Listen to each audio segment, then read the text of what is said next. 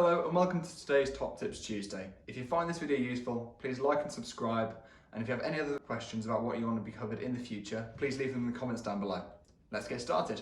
So today's video is to help out property newbies. First thing that you need to think about is discovering your objective. When trying to discover your objective, it's important to make sure you set yourself realistic goals, things that you know you will be able to achieve, even if it takes more hard work. But setting standards too high or going too far or expecting too much of yourself can be really disheartening, especially if you've not experienced much in the property world before. There's a lot of things that people wouldn't necessarily expect, a lot of obstacles, a lot of hurdles that you have to overcome that people don't anticipate for, especially if you've not experienced much of it before. When trying to find your own objective, it's important to make sure you know your own limitations. So if you know how much money you have and how much that's going to stop you, or perhaps money isn't a factor but time is, and it's important to try and find ways around that.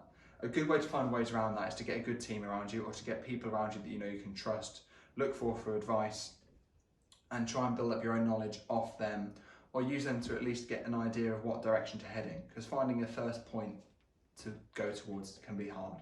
So another point to think about is checking that the property you're looking at is right for you.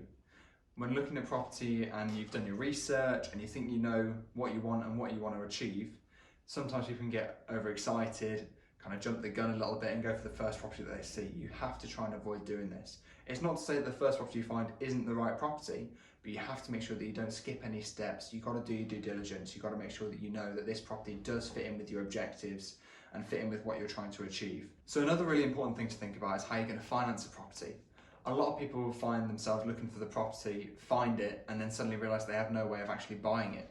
Then they'll go down the different channels, walking into banks, trying to get a mortgage, and find that actually it's not as easy as it looks to just get a mortgage for a property. That's why it's really important to make sure that you speak to right people, speak to mortgage brokers, people that can help you. If you explain your objectives and your ideas to them, they can let you know what you can achieve, what you can hope to expect when looking at a property, and what kind of property you can actually go for. Because this could then alter your objectives and affect actually your entire plan.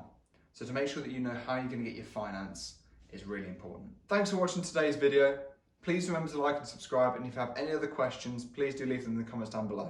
See you next time.